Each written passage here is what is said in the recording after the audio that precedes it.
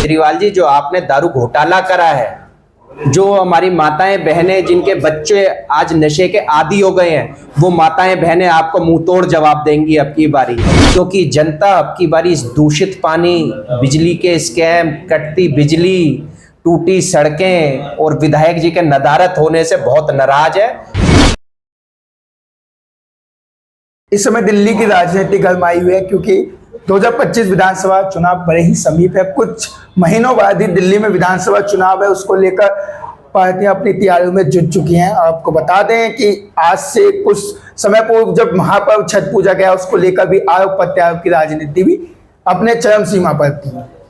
इस समय बता दें, भाजपा जगह जगह पर बूथ पर अपने कार्यकर्ता लगाकर जो वोटर लिस्ट का जो कार्य है उसको करवा रही है। इसी को लेकर अभी हम मौजूद है शाहदरा वार्ड में, और जहाँ पे हमारे साथ खास बातचीत के लिए हैं शाहदरा वार्ड के निगम पार्षद भरत गौतम जी। सर, आपका बहुत बहुत स्वागत है कि आपने हमें समय भी दिया, और इतने बिजी शेड्यूल में, क्योंकि आप हमेशा नेता जनता के बीच रहते हैं, और आज हम बहुत प्रयास के बाद आपका 5 मिनट हमें मिला है। बहुत बहुत धन्यवाद आपका।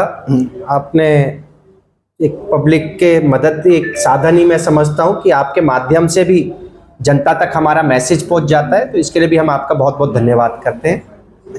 ठीक है भरत जी, मैं पूछना चाहूँगा कि आज जिस तरीके से पूरे वार्ड की बात की जाए, तो इस समय मैं मानता हूँ कि पूरे भाजपा इस समय पूरी दिल्ली में ही बूथ कार्य पे अपने जो कार्यकर्ता भेज रही है, वहाँ पे जो वोट का जो कार्य है वो चल रहा है। क्या है, थोड़ा सा मैं चाहूँगा उसे थोड़ा सा अपने दृष्टिकोण से बताएं। शनिवार और इतवार इस बारी चुनाव आयोग ने पहले भी ऐसी मुहिम चलाई थी, लेकिन अब क्या बहुत एक आंदोलन के तौर पे चुनाव आयोग ने शुरू करा है कि जहाँ पे आप वोट डालने जाते हैं, सेम उसी वार्ड पे आपको जाना है और वोटर लिस्ट में अपना नाम वेरीफाई करना है, क्या मेरा नाम उसमें है या नहीं है।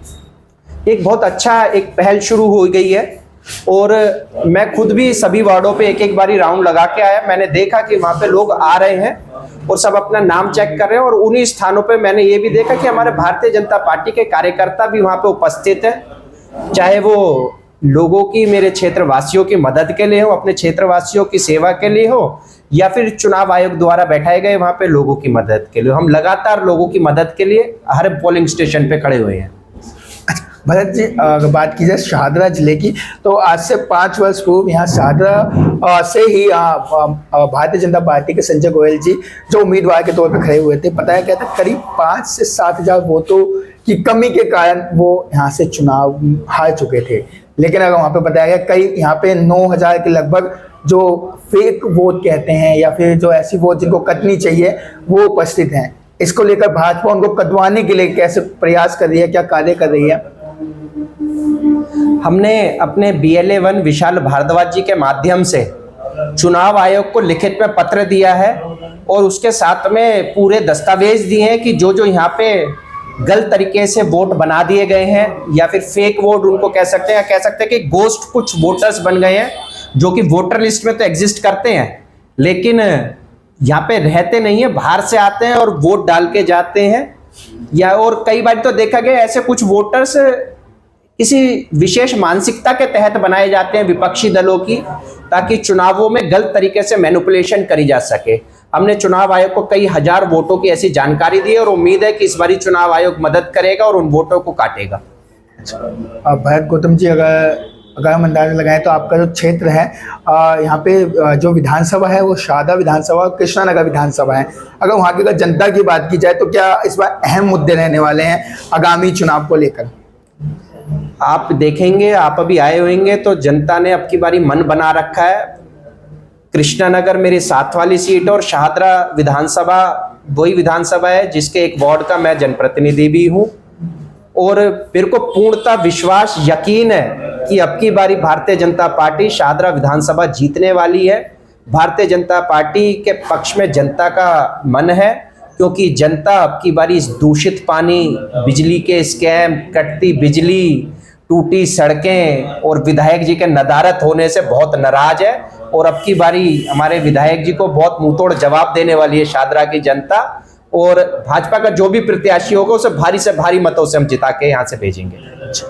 भरत गौतम जी, मैं आपसे अंतिम प्रश्न रहेगा, क्योंकि सवाल तो बहुत है राजनीति के घेरे में, पर अगर हम बात करें तो इस समय अतिशी जी जो कि मुख्यमंत्री हैं और अरविंद केजरीवाल जी ने कहा है कि जब तक जनता मुझे ईमानदारी का सर्टिफिकेट नहीं दे देती जनता की अदालत में, क्योंकि लगातार वो जनता की अदालत कर रहे हैं, उनका कहना है कि मैं ईमानदार हूं तो जनता मुझे वोट दे। क्या लगता है कि वो कितने ईमानदार हैं? और अगर दूसरी ओर बात की जाए तो ये भी अंदाजा लगाया जा रहा है कि पूर्वी दिल्ली इस समय टारगेट पर है, क्योंकि बड़े बड़े नेता दिग्गज, चाहे वो भाजपा के हो चाहे आम आदमी के, भाजपा की बात की जाए तो स्मृति ईरानी जी, और अगर आम आदमी पार्टी की बात की जाए अरविंद केजरीवाल भी पूर्वी दिल्ली की ओर नजर गड़ा के बैठे हैं। क्या कहना चाहेंगे?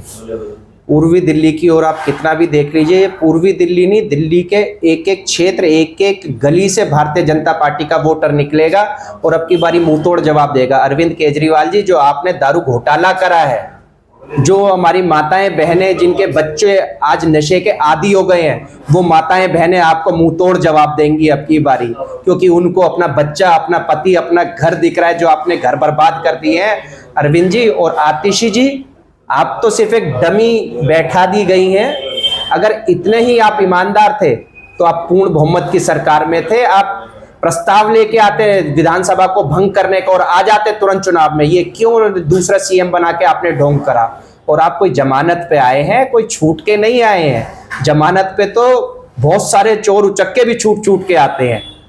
जी बहुत बहुत धन्यवाद। ये थे हमारे साथ युवा जनप्रतिनिधि भरत गौतम जी ने तमाम मुद्दों को उजागर करने का प्रयास किया।